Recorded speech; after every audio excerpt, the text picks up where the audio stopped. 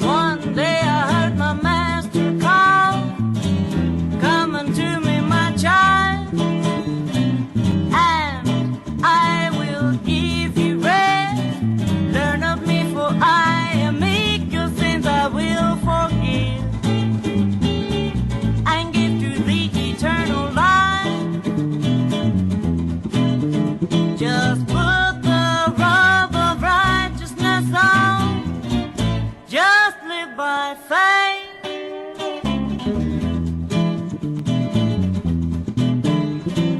I will supply your needs. Don't ever doubt or fear, for I'll be by your side. No longer will you need the things of life to boast of, 'cause I will fill your life with the riches from glory. Just live by faith.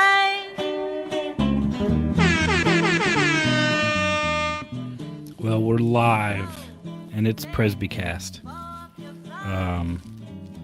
Is this the first show we've done since the nation ended and democracy died in darkness? Is this the first day since democracy died in darkness? I don't even remember. I think it is. Yeah, could be. So what's really important to note is that we had Coach on 2 shows in a row, and then like 3 days later, our families actually met for breakfast. This is Matt Adams, we refer to. On the eastern coast of this great nation, which, as I said, unfortunately has died in darkness. I can't emphasize that enough. But it was great. We went to a breakfast buffet which had myriad versions of breakfast pork and just as many versions of breakfast potatoes, of which you could never have too many. Oh, that's good. Yeah. Honestly, pretty hard to beat. And he was a very gracious host in his neck of the woods. So shout out there for him and his family welcoming us that way. But I actually kind of hate that we actually have to put, no offense to the guests, but Chortles is right. We have the best show art for this episode ever in the Homer J. Simpson parody art. And it's just outstanding. And but yeah, we're talking about good faith confessional subscription in the PCA. Yawn, that old dead horse again. Let's see what else we can beat out of it. Well, I don't know that we've ever done a full show on it, though. We probably haven't done one show. We've probably done multiple shows. Yeah, I don't know. I don't think so. That's not a dig. I mean, no. Well, no, okay. So another all-time great for the show was the bass line on that extremely weird and creepy intro that we had. It really kind of bumped it along. Like it held it up. Yeah, the sultriest gospel singer girl you're ever likely to hear. And anyway, but we're all about good faith, and that's the subject. And we're joined by, well, I don't know if Matt has a podcast. He's the last American that doesn't have one, but Jared certainly is on Polity Matters. And if you think this podcast is scintillating, you need to listen to Polity Matters with Ed Berg. I think, let's see. I think we can hear from Ed Berg. Yeah, here we go. No one wanted to be on my team. Yeah, that was a famously Scott Edberg. No one wanted to be on my team. That's pulled from the old Polity Matters show, where they basically read the BCO to you with the periods and the colons and everything. And we are the NPR of the PCA podcast world. Yeah, but like pre-2015 NPR. Okay. Well, and definitely not fresh air. It's not really all that fresh.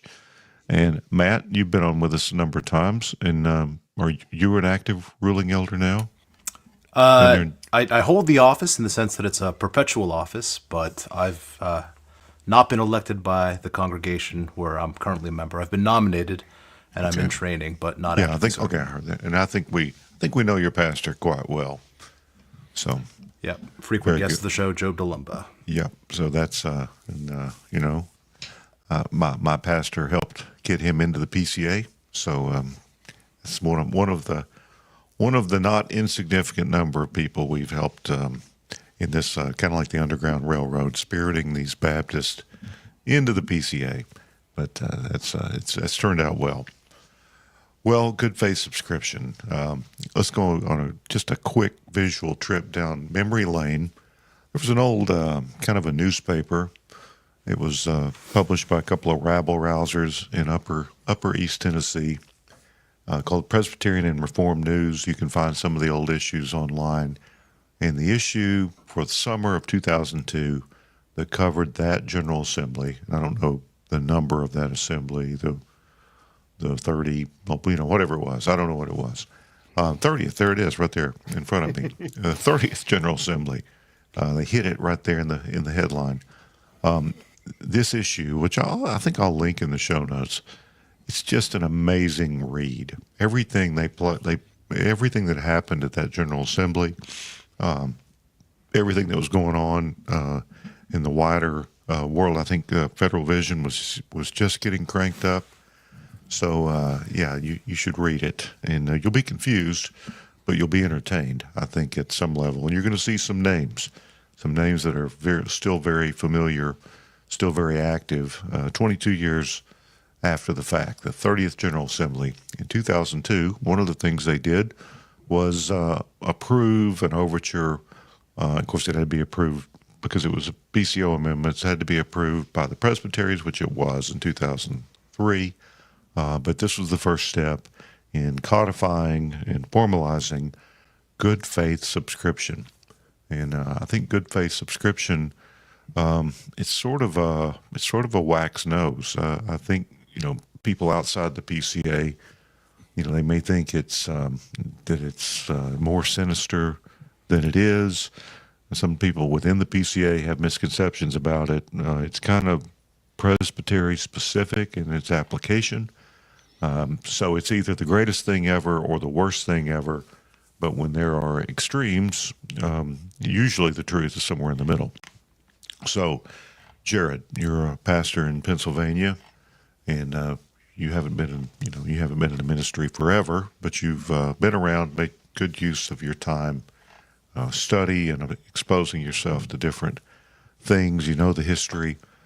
But if a young man who was, felt called to the ministry, and he's getting out of college, he's trying to settle on a seminary, he's trying to settle on a denomination, even, in the South, that's kind of an easy choice. But someone in your area, from Pennsylvania, the PCA might not be the automatic choice for them, might not be so simple.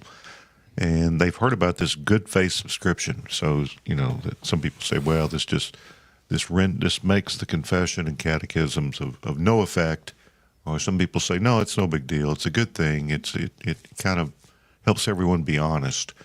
But how in, hour and a half in you don't have to spend that now, but an hour and a half in your pastor study, would you explain good faith subscription to a young man or to someone coming in from another denomination? Well, that's a big question. I would probably start with just the confession itself and work our way through that.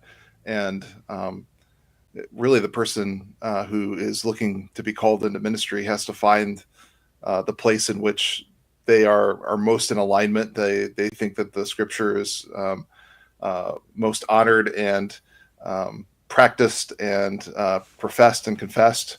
So that's where you'd have to start. I mean, good faith subscription is just a matter of, once you've worked your way through the confession, once you've studied it, to say, okay, now are there any places in which you don't understand, or you think that perhaps you don't like the wording, or you find yourself disagreeing with it?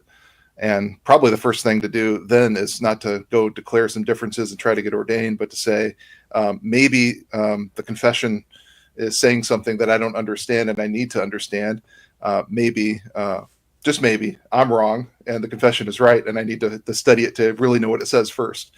But the Westminster Confession is one of the most thorough confessions that you can find. I mean, if you're in a Dutch Reformed congregation, the Belgic Confession is not as thorough as the Westminster Confession is, and the larger Catechism is. And so, once you get into that level of detail, So every now and then you're saying we're better. That's what I just heard you say. Well, when you get to that level of detail, you're going to find more things that you don't quite. I wouldn't say it that way, or something like that. And so, once you do, we have a procedure, and many have. I mean, I was reading through the history of the Church of Scotland, and they had to deal with this too, because they would have ministers that would come through that wouldn't agree with the way something was worded, and had to figure out how to deal with that. Would they accept them? Would they not? Every Presbyterian denomination seemingly has to deal with, what do you do with that? And some write a whole different commentary about what they think the confession means, like the RPCNA. Others have things they call scruples, like in the OPC. In the PCA, you state your differences, and then the presbytery declares whether or not you have an exception, and whether it's in their language semantic or more than semantic, or if it strikes at the vitals. No, and it's not required that you have an exception, right, or a difference. No, some People forget this. People forget this. All right. Good night, everybody. You've learned that we don't have to have differences or grant exceptions. So that's all you need to know. Yeah. So sometimes it almost seems like they want you to take an exception or state a difference just to see that you've read it. I had 3 or 4 different differences that I submitted to them, to my presbytery, and basically all of them, they said, these aren't semantic, they're pedantic. Very good. I'll use that in the future. Yeah. Well, sometimes you have, like, I just had a preference in wording. The larger catechism, shorter catechism will have differences of wording on some things, like 85 and 153, of how you talk about how do you escape the wrath of God, and is it by faith, repentance with the diligent use of the means of grace, or is it faith and repentance and the diligent use of the means of grace? And I just kind of stated that to show, like, hey, I've read it and I prefer the shorter catechism way of putting it. And that's where they were kind of like, this isn't a difference. Or, some denominations think that it's Psalms only in the way that it reads. And so I just stated that to say, if that's what the confession says, Psalms inclusive, but not exclusive. And so they said, like, that's semantic. That's not how we read it. So that's not really in the realm. Well, it makes sense, but I never really thought about the fact that the exhaustive nature and the precise nature of our standards require some mechanism. And I guess I knew that, but I've never heard it put as well as you did. Let me give an example of what you're talking about, where someone might not understand or might not agree with the wording or the way it's put. And this is the greatest question ever if you're on an exam committee, to see if someone's read the standards. Although this is an easy one to forget, so sometimes when I was on the exam committee in our presbytery, I'd get a dirty look from other people on the committee when I would do this, and then they knew I was going to do it every time. I did it last night in a ruling elder. We have some deacon nominees. So you may think that's really cruel to hit a deacon nominee with this. But I said to the man, what's your opinion of stews? And there you got the confused dog look, but that's not any judgment on the man. But in larger catechism 139, in the exposition of the 7th commandment, among those things prohibited in good 17th century language, unlawful marriages, allowing, tolerating, keeping of stews, and reporting and resorting to them. So stews, it was sort of meant the same thing as bathhouse, which was it was a brothel, and bathhouses, brothels went together, and it was just saying you can't frequent brothels and you shouldn't own one. But they use an archaic word, stew. So that's an example. Although I've never heard anyone take exception, a stated difference with 139. I became interested in 139 during the Revoice controversy because it also prohibits entangling vows of single life and the undue delay of marriage. So those things, so it is very applicable and helpful. But stew, not beef stew, Resby, just the other kind. So that's an example, Jared, of what we're talking about. Larger Taking a catechism- bath isn't totally dissimilar from a stew. Peeling of potatoes, things of that nature. Larger Catechism on the Sixth Commandment talks about moderate use of physics, so there's another example of arcane language that would be good to test someone on. Is that medicine or exercise, your medical care? Just being too obsessed with your physical condition, I think maybe is what that means. Making catapults. Could have been trebuchets in the old language. Yeah.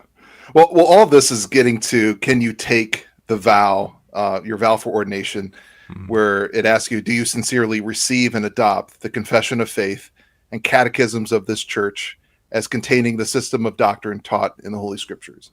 And to be able to honestly say that, with the presbytery saying, yeah, we trust that you can honestly say that.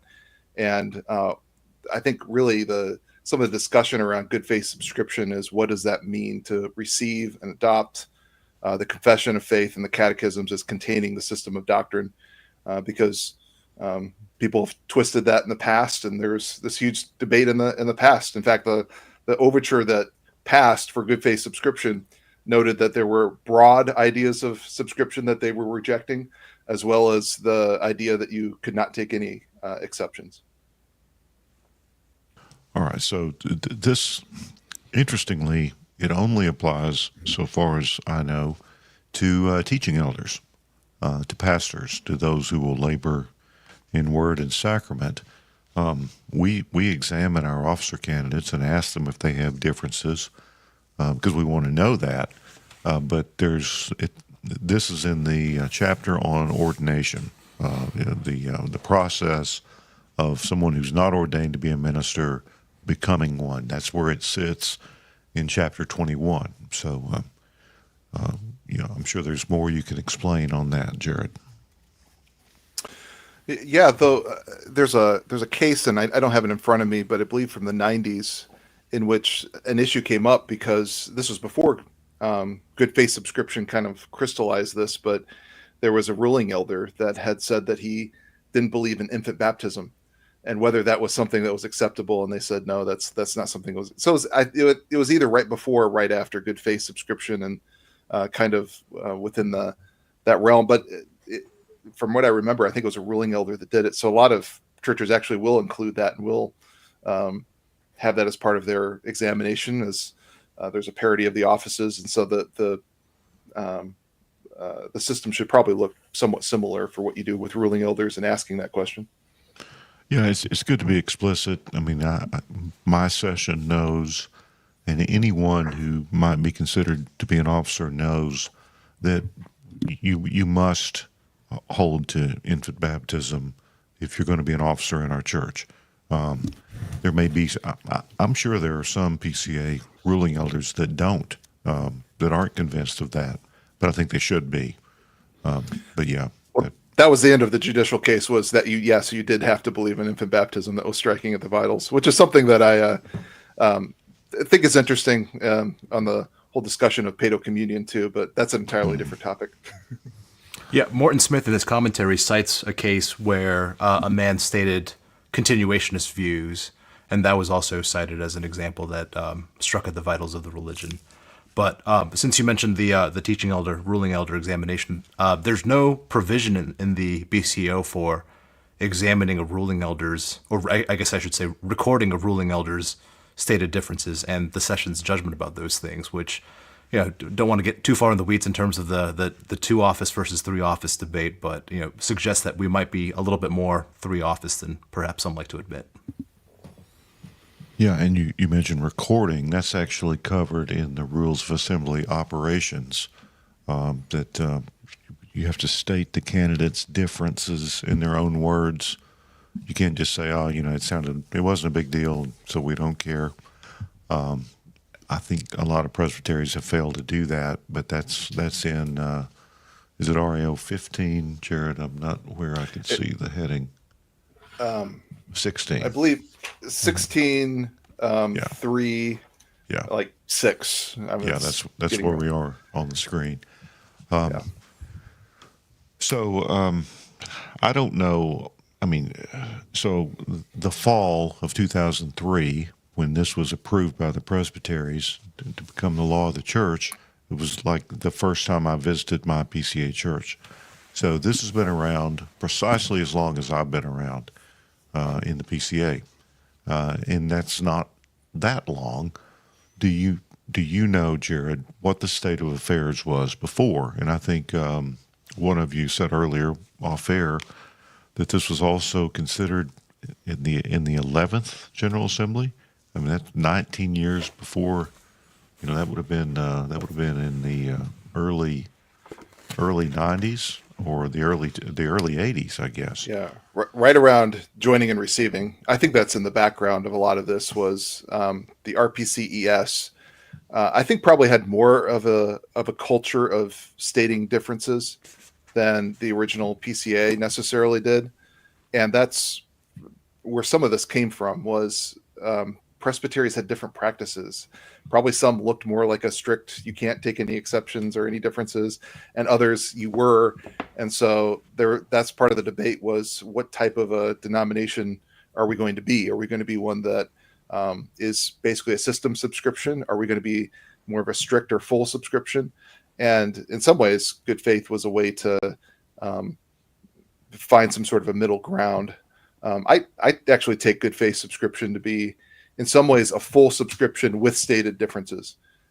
It's assumed you agree with everything else except for what you've stated in those differences, and there's certain exceptions you can take and certain exceptions that it's not just choose your own adventure, or I take exception to this entire chapter.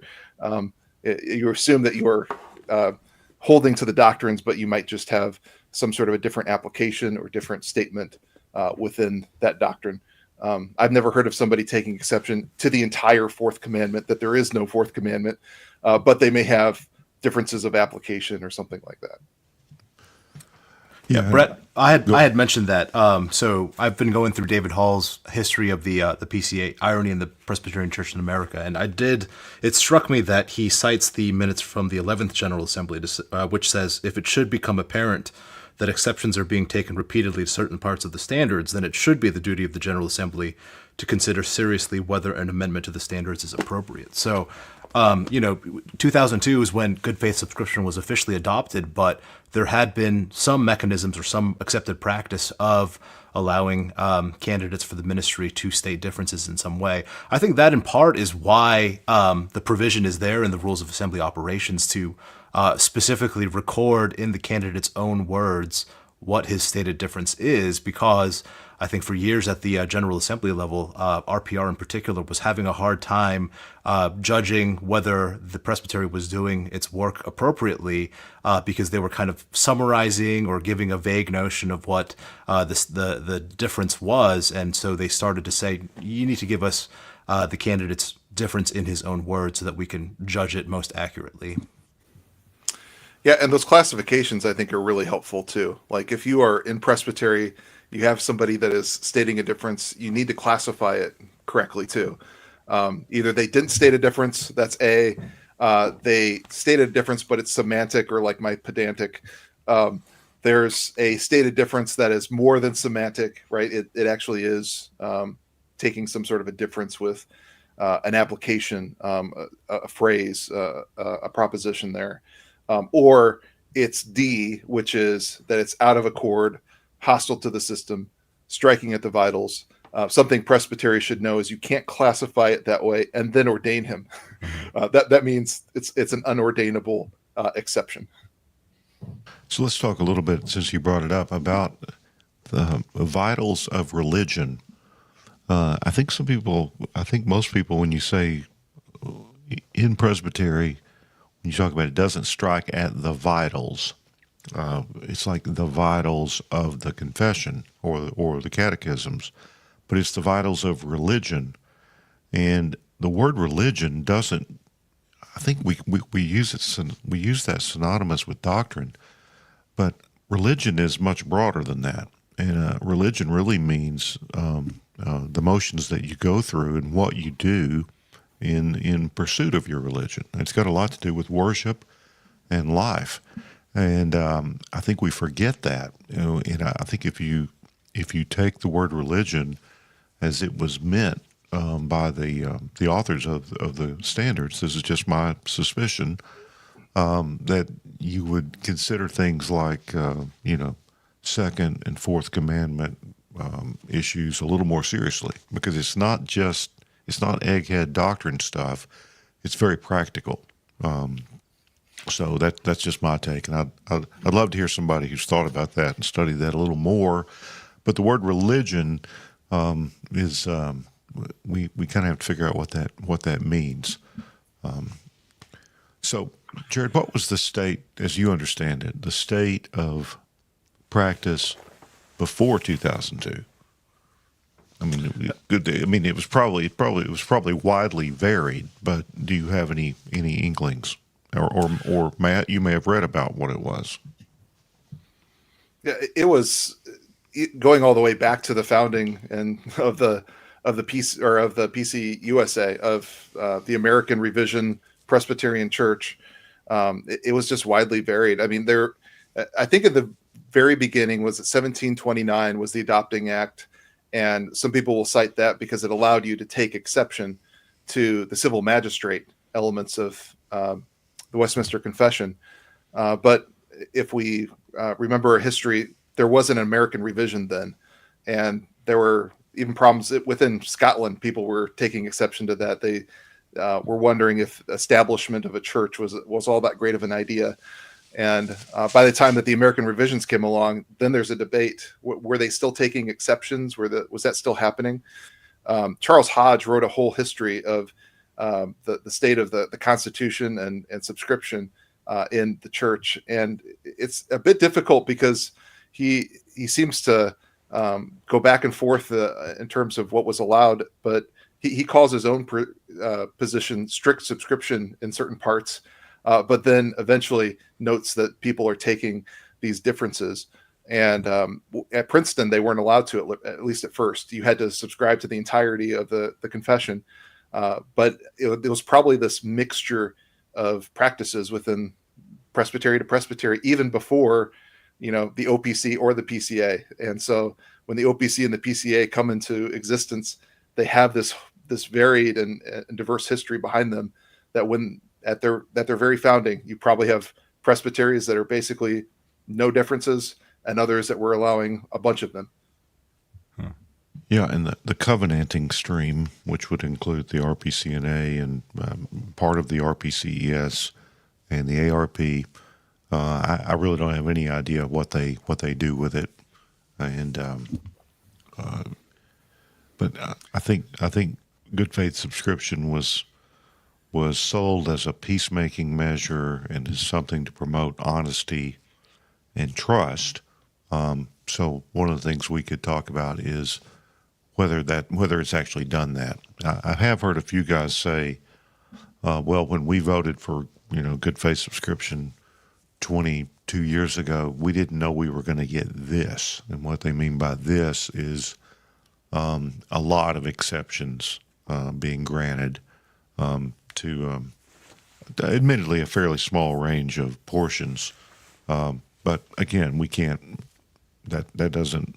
What someone expected 22 years ago can't rule us now, but it is. I'm sure you've heard those sorts of things, Jared.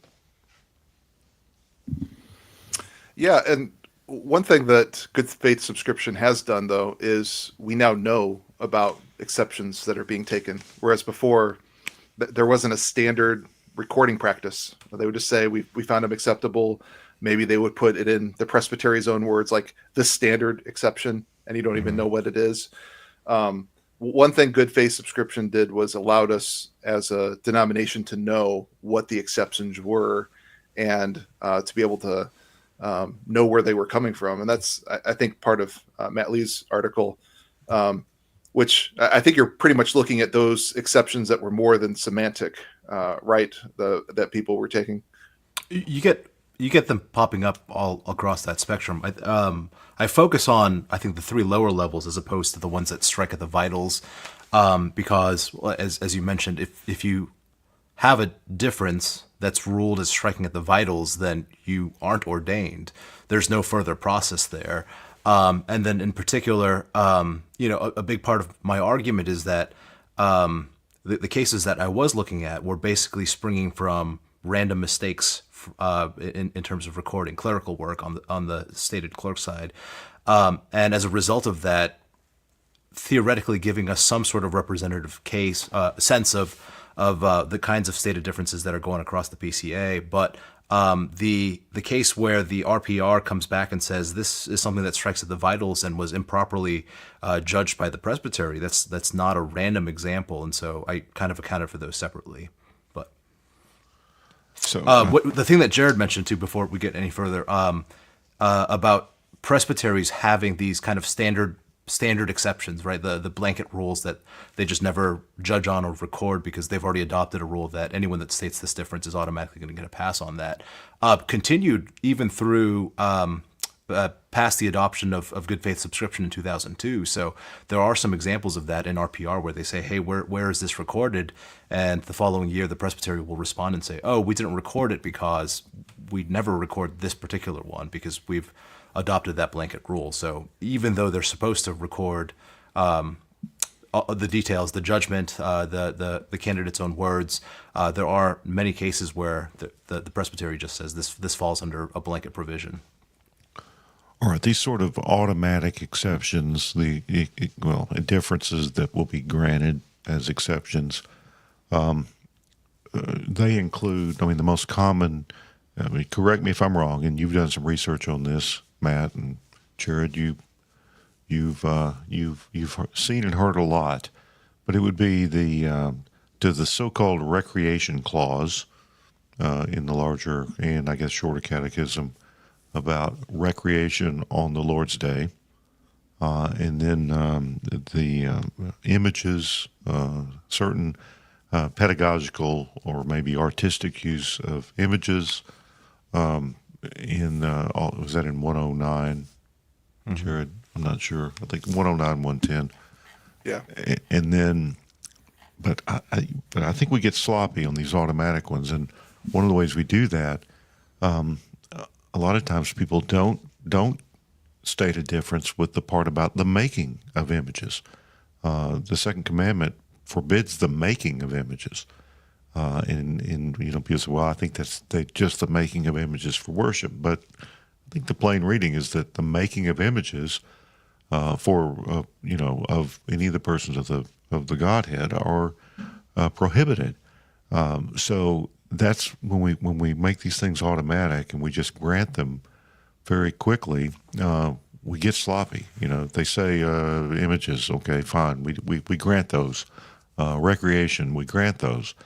But there's an interconnection there, and there's more to it. And I always vote against the second commandment exceptions because I think they're actually taking exception to the second commandment. I think it's too plain a reading. It's easy, and then we quit thinking about it. We quit thinking deeply about it. So the recording is important to help us at least, look at the words.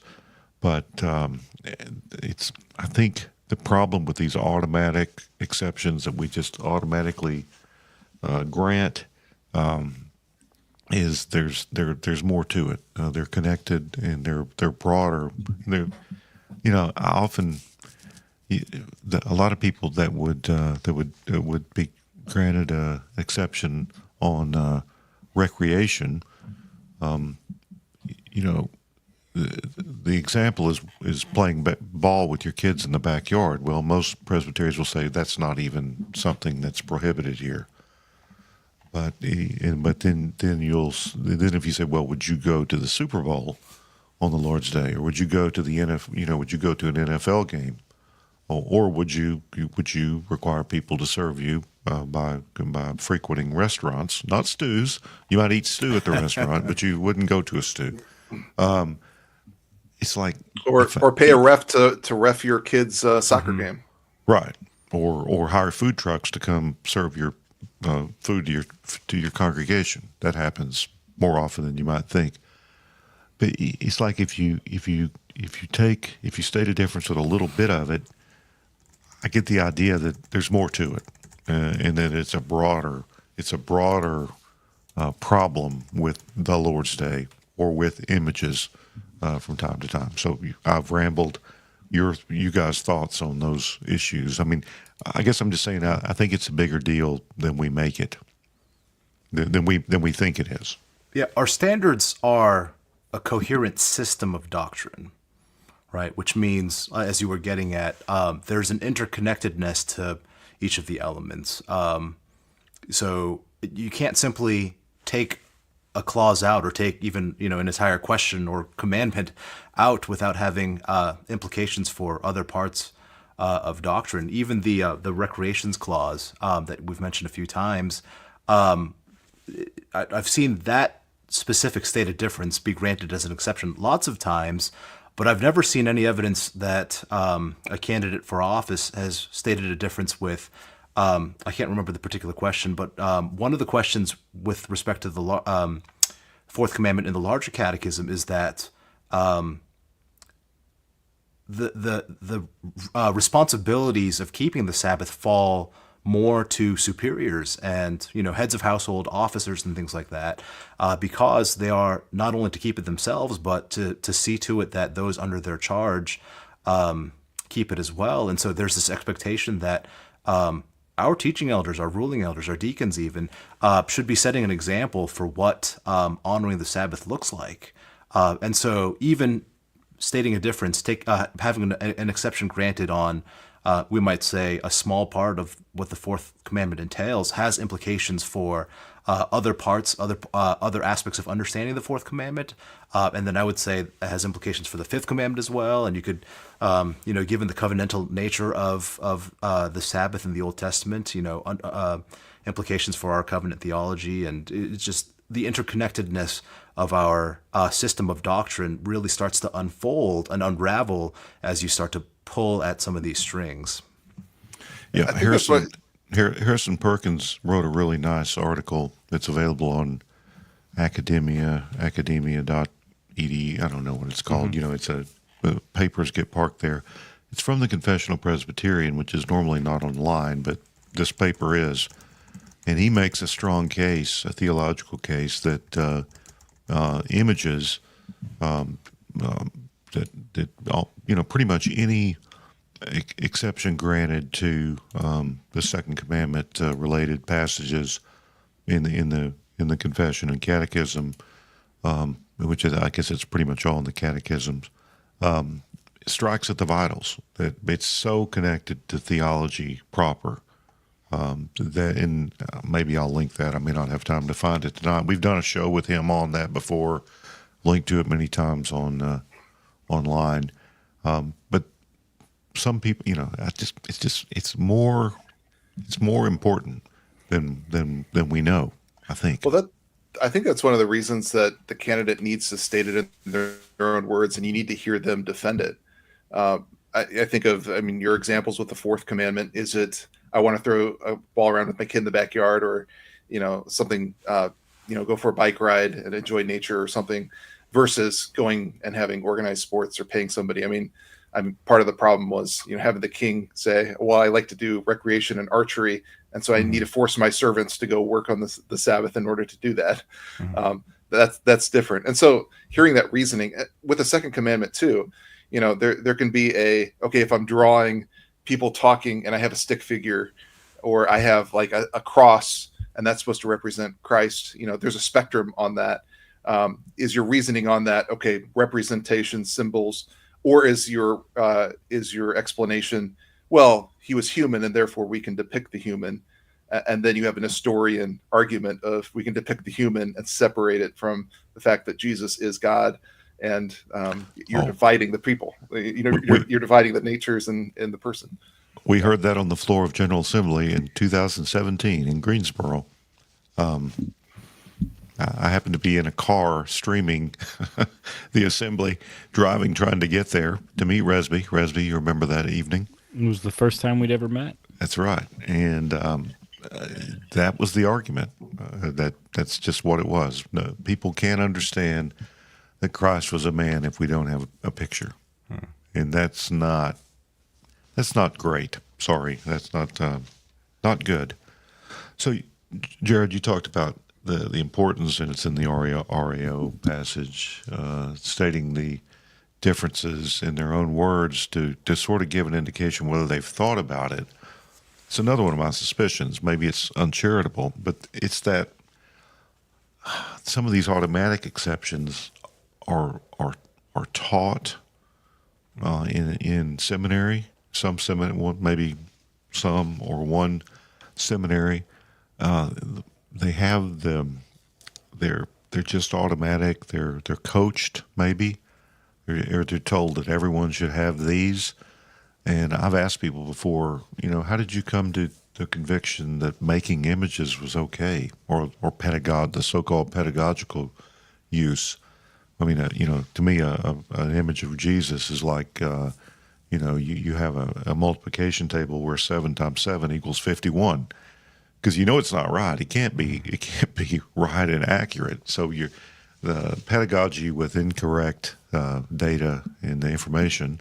But I say, did someone in seminary tell you should take this exception? Did you read a book, or did you just come to this conviction through studying the Bible? And usually they'll say, well, I just studied the Bible and I came to this.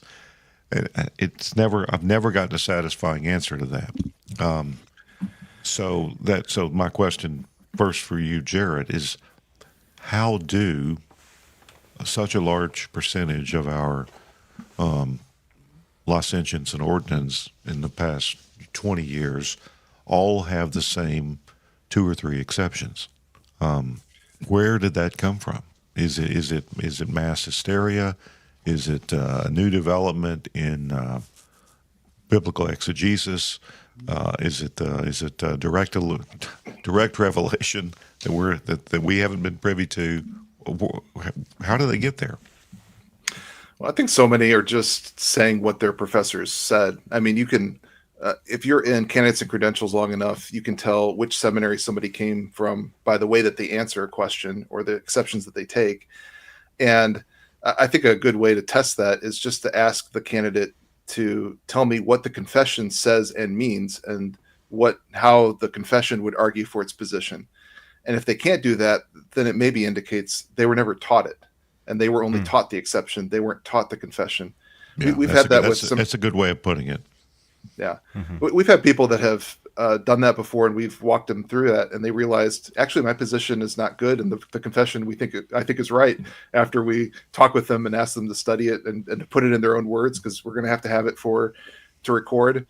And then sometimes when they're putting it in their own words and say, now state what the confession says, they come back and say, oops, I think the confession was better than my answer, which is a great exercise to go through with this.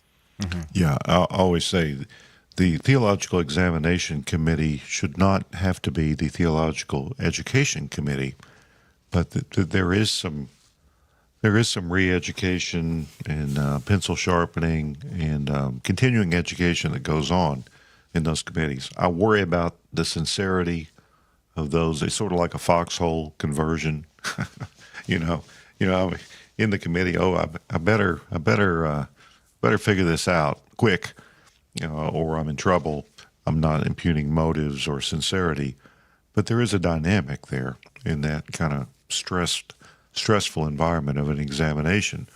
So you would hope that they've thought. And again, maybe I've missed it. Maybe I'm uncharitable. I've never gotten a satisfying answer. Sometimes there are some very thoughtful differences that are stated. Sometimes you'll hear a new one, and you think, it turns out it's pretty much semantic. Yeah, the standard issue models, they kind of they rub me the wrong way. All right. Anything else to say about this general issue that we're talking about? I'd say, Jared, I don't know if you said this on Polity Matters or if I just heard through the grapevine, but I've appreciated, I think, hearing about the way that you approach differences in candidates and credentials in terms of when a candidate states a difference like this.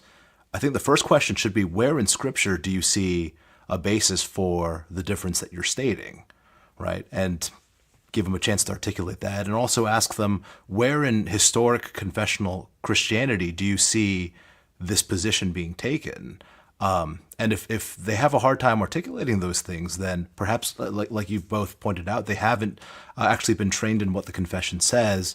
Or if they start to appeal to some other standard, then this indicates, again, the interconnected connectional nature of our confessions as a system of doctrine.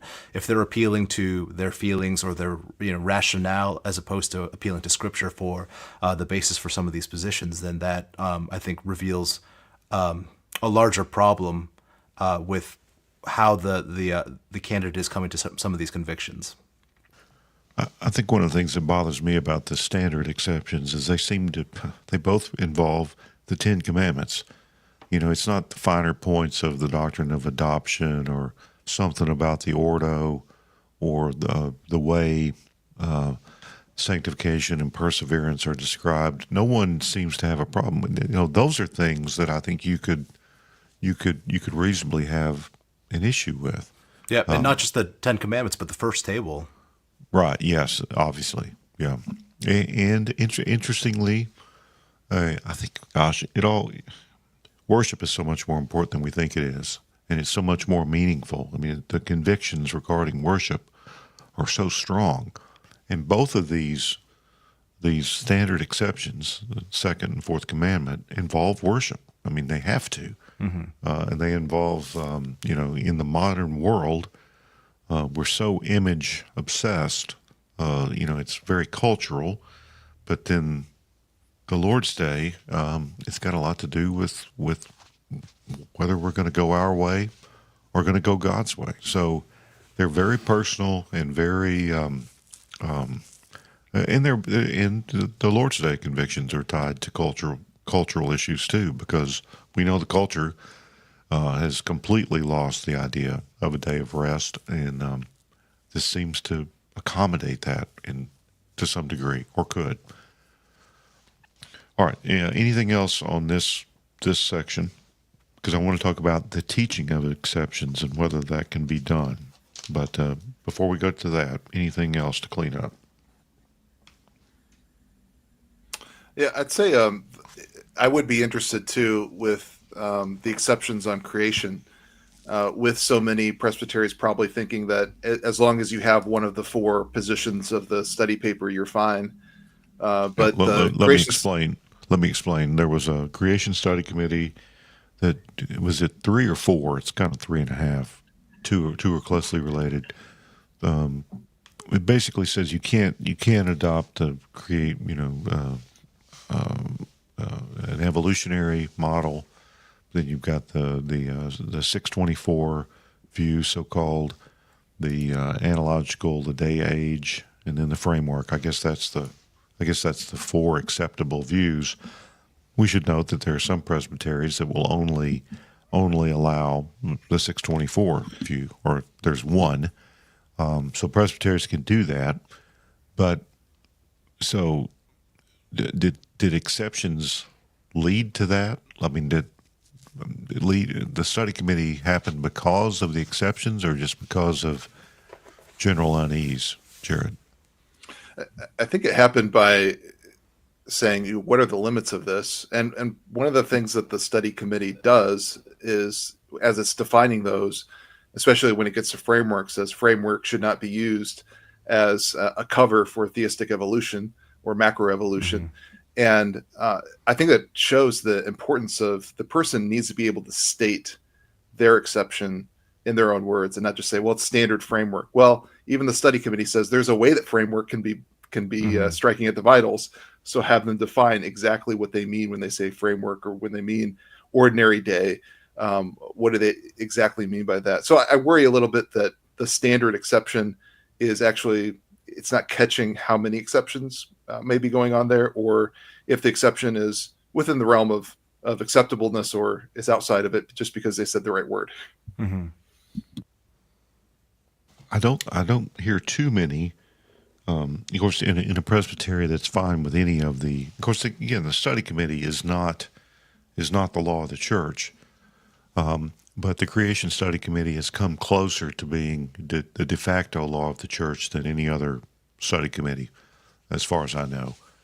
And some presbyteries lean on it very heavily, and some throw it out the window and say, no, it's just this one, which is the presbytery's right, and they've been able to establish that, and they do what they do.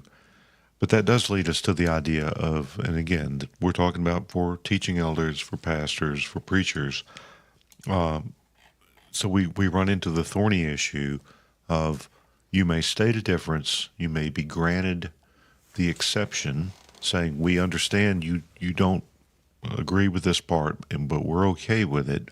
But then there's yet another, and this is the most controversial of all. There's another level. It's may you teach it in the bounds of this presbytery.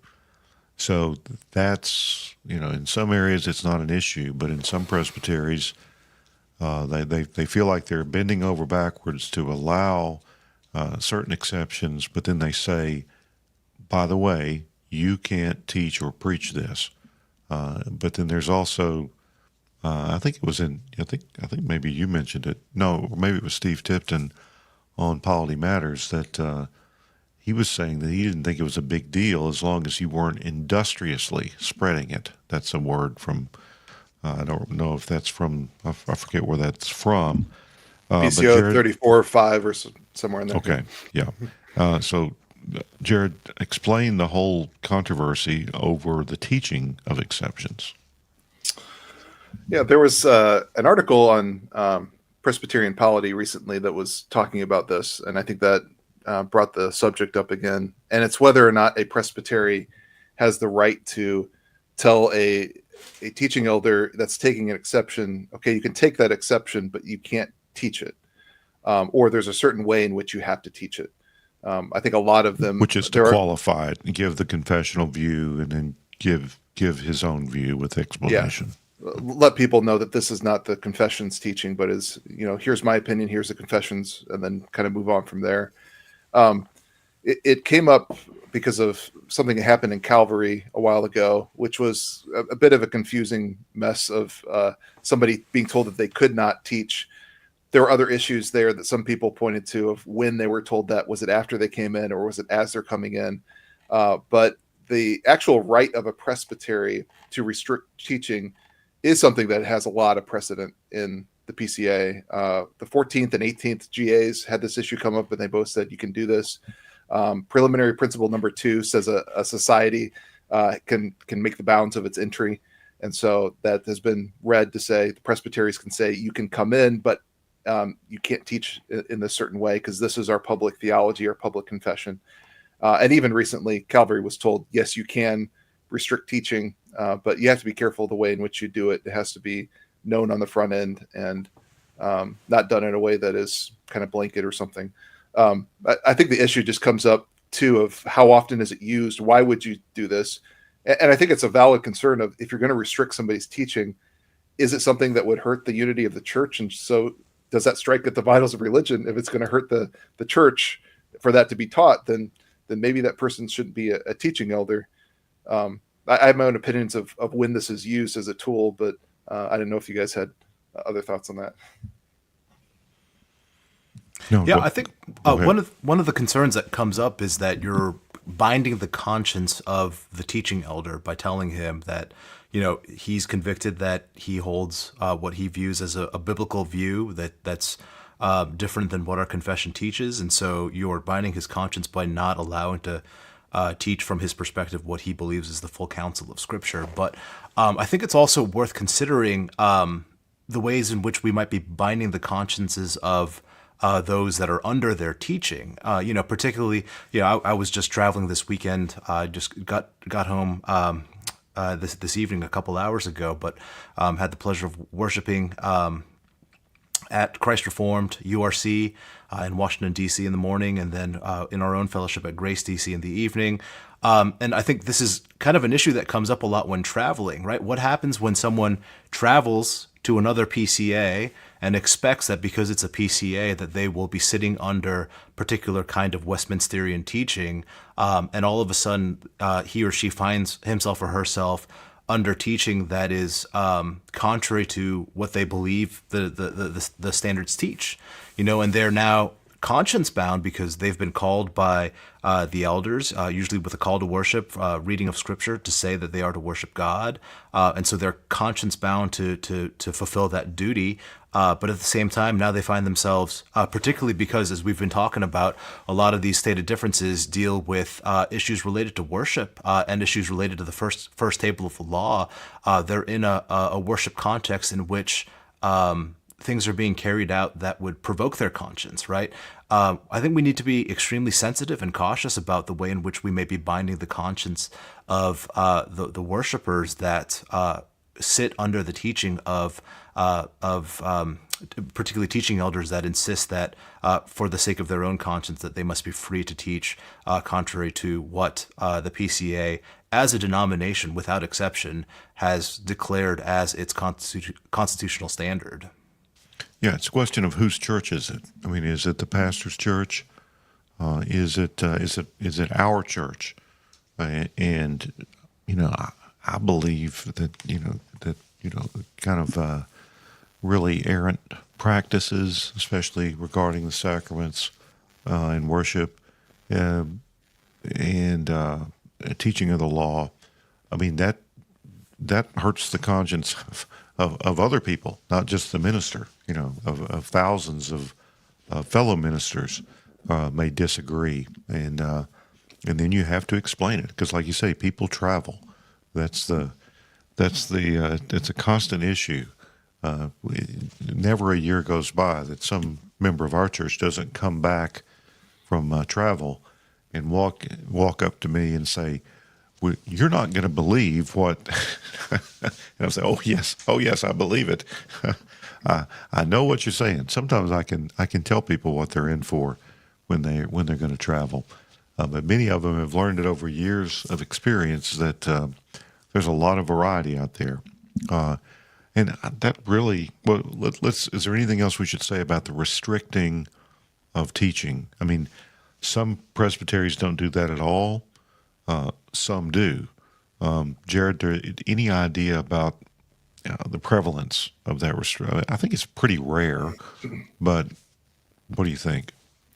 I don't know if Matt's done any research on this and the statistics on that, or that's his next piece. But the most I've heard of this has been usually in regards to paedo communion. There are some presbyteries that will allow paedo communion as an exception, but if you have known churches in which one of the pastors or some of the elders became paedo communionists, it tears apart a church. It often tears them out of the PCA, and they'll join another church.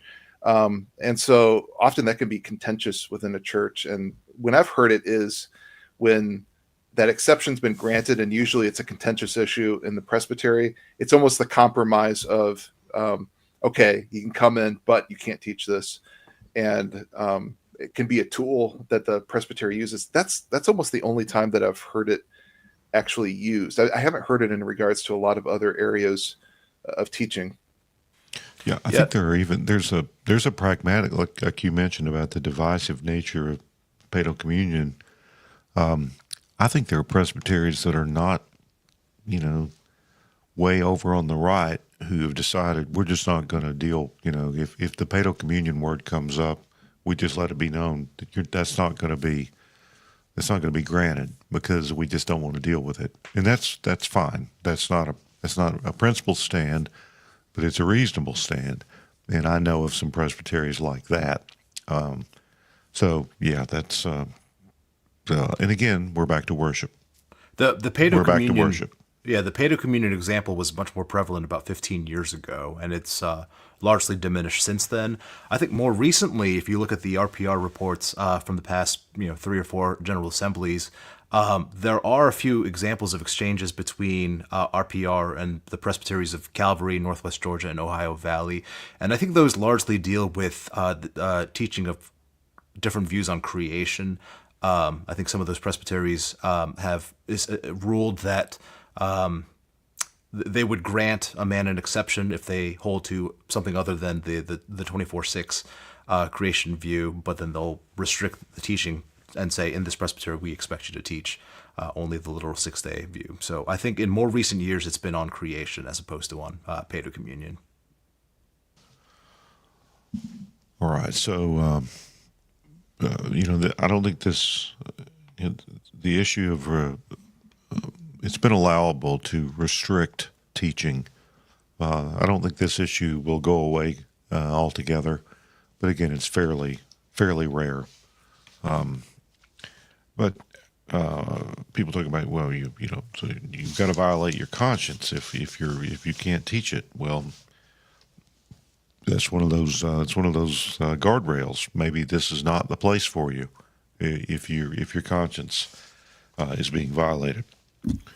So Yeah, there's something to be said about having a public confession. When I do new members classes, I hand the Westminster Confession to our new members and say, this is what you're going to hear in the church. This is our public theology, and you can hold me to it. And if you hear me teaching something different than this, there's accountability to that. I submit to my brothers as well as you submitting to the discipline of the church. And so to not be surprised, it's good to be confessional in that way, that you can say, this is what our church teaches.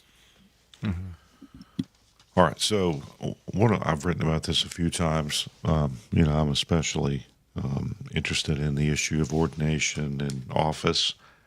And while you can't take exception to the Book of Church Order, I guess you could state a scruple, but the scruple is not a get out of jail free card. You're just, for your conscience sake, saying, I don't think this is right. But there is no exception of practice. The ordination vow to be in submission to your brethren, that's an interesting one, because if your brethren are not following the rules and enforcing the law of the church, and they let you practice errantly, are you really in submission? I mean, so are you just worried about your local brethren and what they want to do? Or, I wish we would think about the brethren being all the elders in the church, and even our ancestors, our denominational and confessional ancestors, being submissive to their teaching and their standards, in this shared thing. So I think that's something to think about. But there's a principle that comes along. I mean, since good faith subscription has come in, it's just expected that we're going to have problems with various parts of the standards, and we can go our own way. And I think that principle has been applied to things like ordaining deacons or not, calling people who are not officers. So I think that's just as, different parts of the catechism on the law are interrelated and affect one another. I think this principle, when it becomes too expected or rote that everyone should have some problems and be able to do their own thing, when you start applying that to order, to the sacraments or to ordination, I think it can be extremely destructive. So Yeah, that goes to the third ordination vow. When we come in, we're asked, do you approve of the form of government and the discipline of the Presbyterian Church in America? And it's a bit of a different wording than receive and adopt.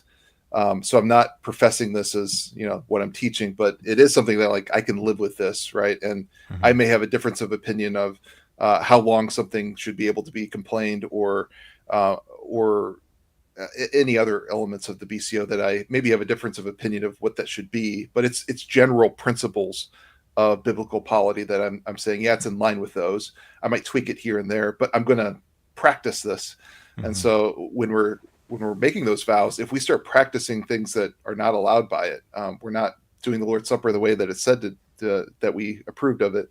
If we're not ordaining officers in the way that it says this, we approved of this this way, we're breaking our vows. And so we're held to the practice of that in our vows, and vows are an important thing.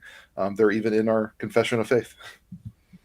Yeah, the biblical principle there, not only in terms of being in subjection to the brethren, but also that we agree that we will do things decently and in order, right? If there is an agreed upon a book of church order for how we will proceed with these kinds of things, but you decide to go about things your own way, then the decently and in order goes away, right? And this can even, I think, to illustrate with a simple point that I think extends to the examples that Jared's talking about in terms of how we serve sacraments or how we ordain officers. But if you think about something like, you've got 30 days to file an overture before such and such date or something like that. But then you say, well, I'm going to state a difference with that. I think there's no biblical grounds for 30 days. I think 15 days is sufficient. So I'm just going to go ahead and file this 15 days in advance. Well, that undermines the decently the decently and orderliness of the way in which we go about things.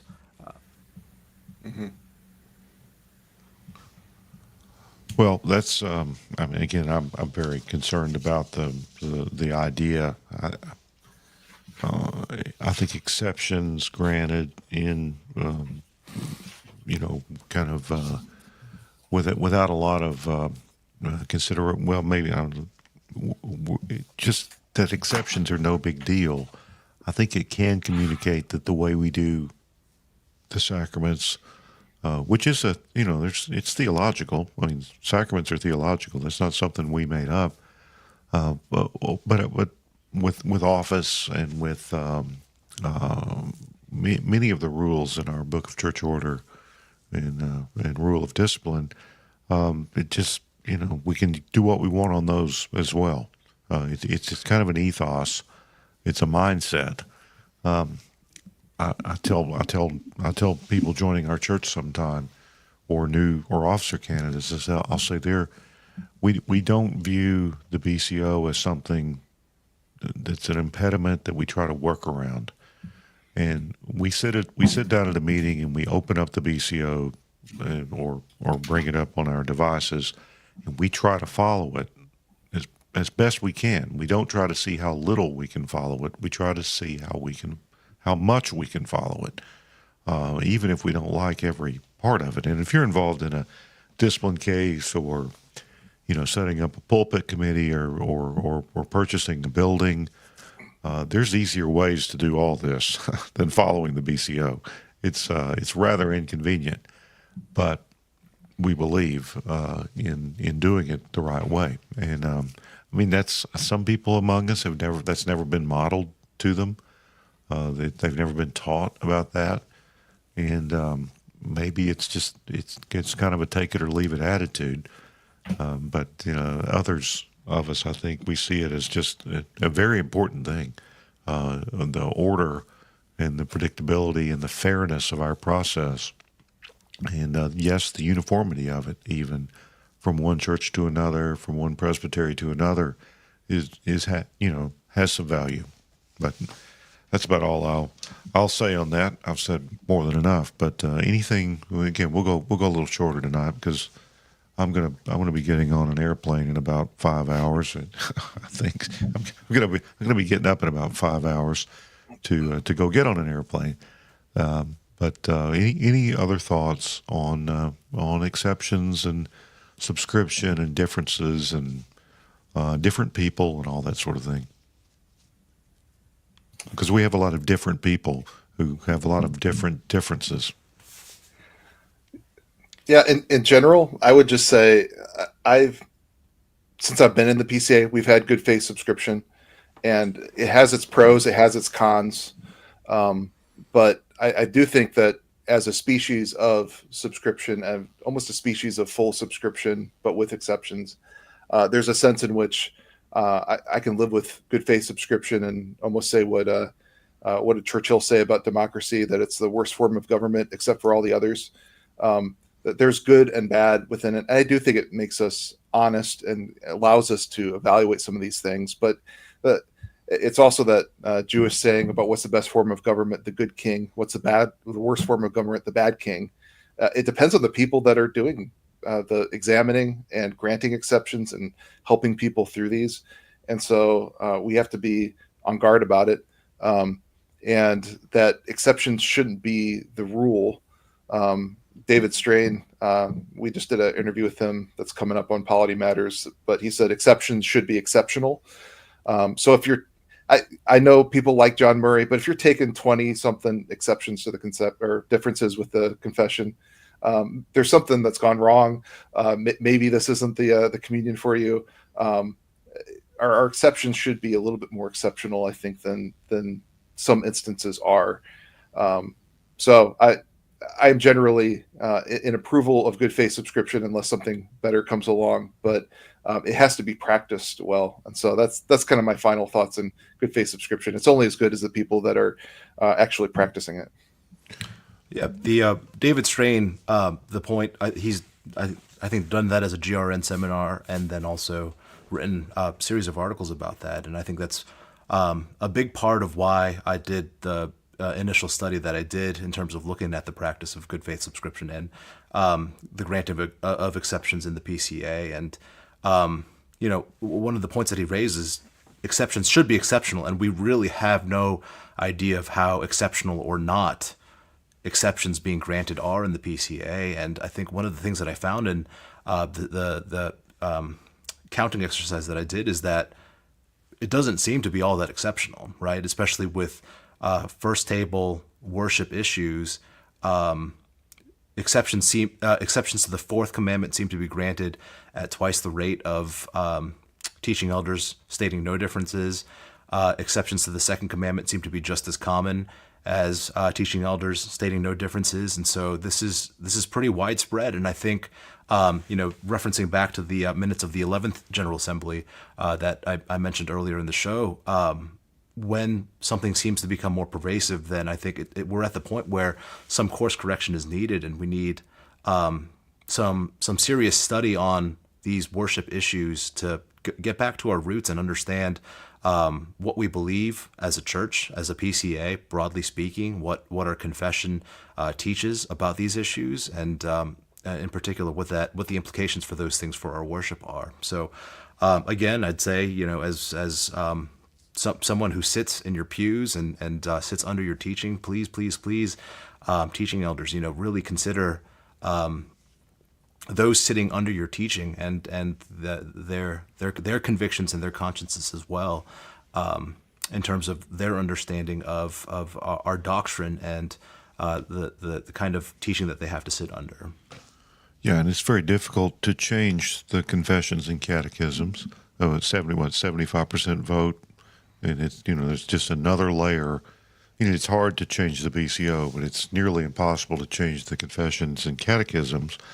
And I think my worry is that people decide, well, there's always going to be enough of these old sticks in the mud that we'll never get this changed, but we're just going to de facto change it by normalizing this. And I think that's not, you wouldn't do that with rules around your house. You wouldn't do that with rules with your employees. You just wouldn't.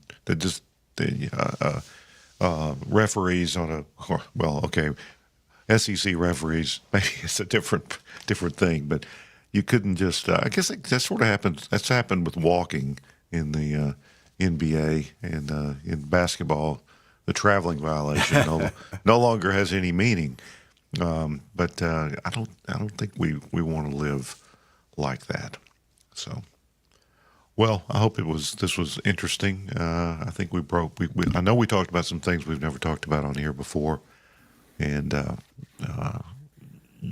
there was the late Tim Keller said there's nothing more relaxing than humility. It requires humility to go along with the rules, even though you're not completely convinced about them. It's not to be self-righteous, thinking that you have it figured out, but to submit. So, yeah, that's not easy. We all know it. Nobody likes to do that. But we like Presbyterianism, and we want what's best for the church. So I thank you all for joining us. It's been I knew you were the right two to ask, and you know, you're both flashy, ebullient, high energy, entertaining individuals. That's not the reason. It was just for your knowledge and all that, and integrity. That's why you were invited on. So, Resby, do you want to flatter more than I've done? Yeah, I think this is the highest concentration or ratio of books to musical instruments that we've ever had in the backgrounds of any number of guests on our show as well. So, well, Matt says he has nearly as many instruments as Jared. It's not hanging up. I because you actually play them, right? That would be the retort. Well, they're in cases right now, so I don't know what that says. Okay. But. Well, Jared's face got super straight when I seemed to take a chirp at him not playing them. I know you guys do. I'm sure you're all really good at them. All these pastors are just, and ruling elders, they're just frustrated worship leaders, you know? Yeah, exactly. They're just failed worship leaders, so they went into preaching ministry. Don't quote me on that. That's not a real actual belief. That's what happened to Sean Morris. So, you know, we all know this. I actually didn't. Well, next time I'll take down the banjo for the show. Yeah. Please do. Play it. That was a post-election episode, right? The folk music one? Yeah. We have done one since. We did the one on music. That's right. Yeah. Yeah. We should hire an intern to catalog all these things. I mean, we had one for a long time. And, we just haven't really heard much from Topher since January 6th. So, Late lamented. Yeah. But I can embarrass Brad a little bit on that. Oh, please. Fun fact, our Polity Matters, when we first got started, we decided to go with music that was a plucked guitar. And Brad told us how much he hated it. So I wasn't going to tell him. That's actually me playing. Oh, nice. So thanks for the feedback. Yeah. It wasn't you. It was your playing. No. I didn't know. I just wanted to embarrass you. Yeah, thanks. I'm sorry. All good. Well, thanks, guys, for coming on, and thank you to everyone for listening. For those of you in the United States of A, hope everyone has a great Thanksgiving. If you're traveling, travel safe. As you're packing for the trip, just remember, don't be an Erdman. Don't look back. These two stray from his fall. Grace he has extended. So get on board. Heaven is my goal. Just live by faith.